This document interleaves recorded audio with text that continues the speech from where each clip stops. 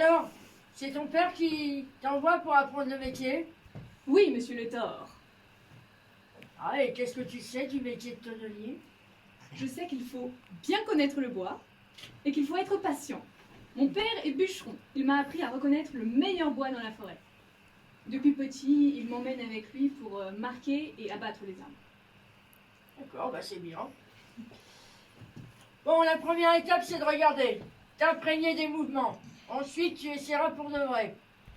Gare à toi si tu n'es pas attentif, je le verrai directement à ton travail. D'abord, on sélectionne le bois. Le chêne, c'est le meilleur. Tu sais pourquoi? Non, monsieur le Thor. C'est parce que son grain est très fin.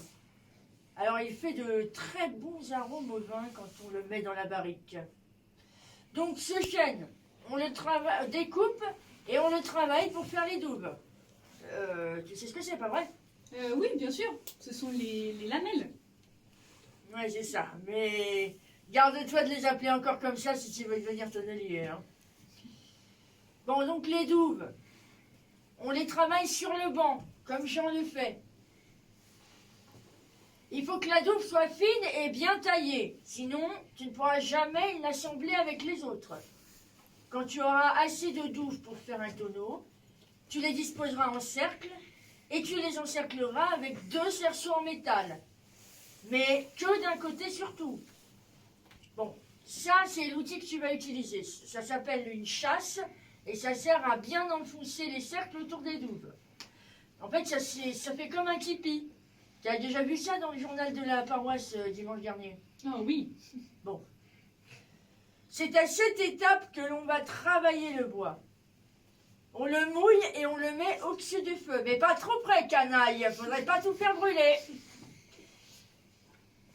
On fait travailler le bois. L'idée, c'est qu'il faut l'assouplir pour qu'on puisse serrer et serrer les douves jusqu'à ce que tout soit bien hermétique. Bon, mais il se passe quelque chose de plus important encore quand on chauffe le bois de la barrique. Est-ce que tu sais ce que c'est? Non. C'est à ce moment-là que le bois fige son arôme. C'est cet arôme qui donne du goût au vin. Quand le vin entre en contact avec le bois, il absorbe les arômes de fumée et les petites notes boisées qui sont si appréciées dans le milieu. Mais quand tu auras un peu de bouteille, si je puis me permettre, tu vas pouvoir contrôler la force de l'arôme que tu vas pouvoir obtenir par rapport, grâce à la chaleur du feu. Parce que plus ton feu sera chaud et plus l'arôme de ton tonneau sera fort. Quand le bois a séché plusieurs fois comme ça, on mettra des cerceaux des 2 côtés, de plus en plus petits. Mais il ne faut pas mettre le premier fond d'abord? Ah, c'était pas bête ma parole. On ajuste avec différents cerceaux de métal avant de mettre les cerceaux définitifs.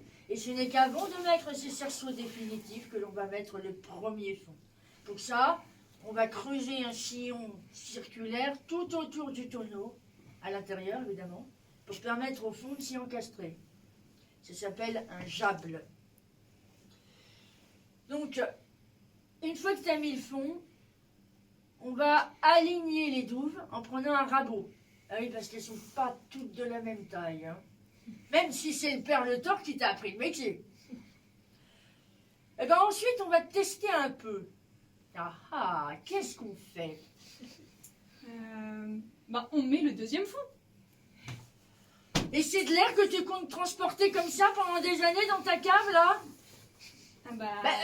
Ton tonneau va pas être compliqué à transporter, hein, ça c'est sûr. Il faut mettre le vin alors. Oui, mais tu oublies encore une étape.